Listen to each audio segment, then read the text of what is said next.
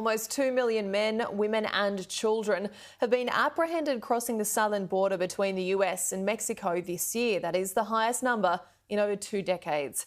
It's a crisis refugee advocates say has been brewing since Donald Trump introduced his hardline border policies and hasn't eased with Joe Biden's presidency.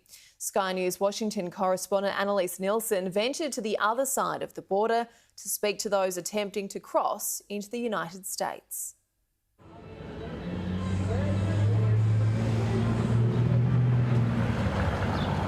It's a hot, steamy Sunday afternoon in Reynosa, Mexico, where most of the shops are closed. But over on Migrant Plaza, it's bustling as always. The tents have been mostly donated by charities and churches. It's a meeting place for those coming together to attempt a border crossing. Most are from Central America and want to claim asylum in the US. The journey is very dangerous, yes, especially when you get to cross the river. It is an unforgettable experience. It is a risk that one regrets, but you are already there and it is the only option one has. This woman's already tried to cross once. Her daughter, who used to help care for her son while she worked, is already in America. He's crying because he misses his sister. News of a more sympathetic approach by the Biden administration has raised their hopes. Yes, my idea to come here did change a bit because he said he will reunite families, because he said he would not divide families. And that gave me the idea to come, especially as I already have my daughter here. When my daughter did the crossing, it cost her nothing. And now that supposedly you have the opportunity to do better, it was the opposite. But for now it means sweating out 40-degree summer days, sleeping 12 to their tent. 12 personas? Sí, acá, o sea, él, ella, con la mamá. There are countless stories like this one here. This woman's asked us not to show her face. She's escaping a violent marriage. She walked from the southernmost point of Central America to be here. The walk was so stressful, her toenails fell off her feet. I come from a very violent country. If I go back to my family, my husband will find me again, and I don't want to live with this person anymore. So my only option was to go on this long journey. That is when I made the decision.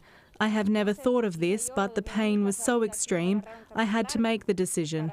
That is when I asked God for directions.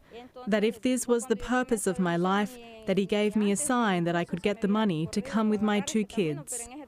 For many of the people here at this camp in Reynosa, it might be safer than where they've come from, but it's still a very dangerous place. The cartels here are strong. There's been hundreds of murders in the last year, many linked to this migrant camp, and an increase in kidnappings, especially, we've been told, by a focus on the young children here.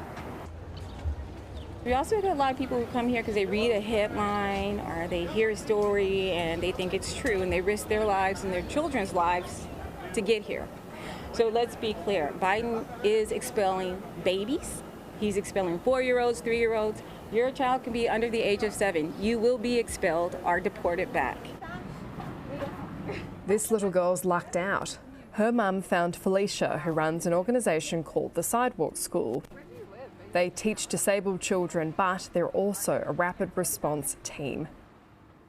They've asked us not to identify her or her mother holding her hand. She's being taken to a doctor's appointment to be treated for her increasingly severe asthma. We also get them the lawyer within a first hour of meeting them. Always. 1 hour, no one's ever gone past that. So this little girl, she already has a lawyer. She just doesn't know it yet. Felicia's a former Texas housewife who couldn't cope with the poverty across the border.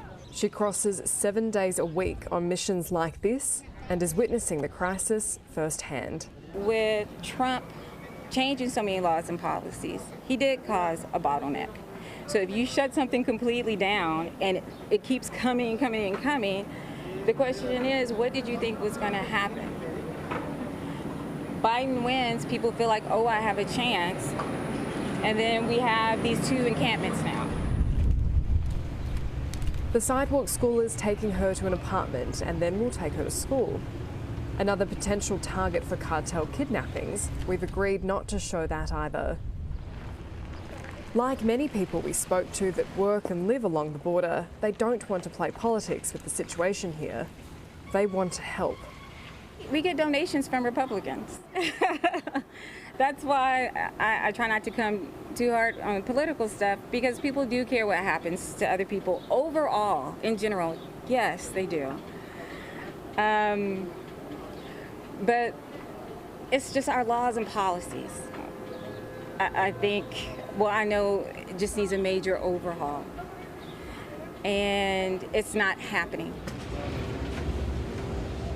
Annalise Nielsen, Sky News in Reynosa, Mexico.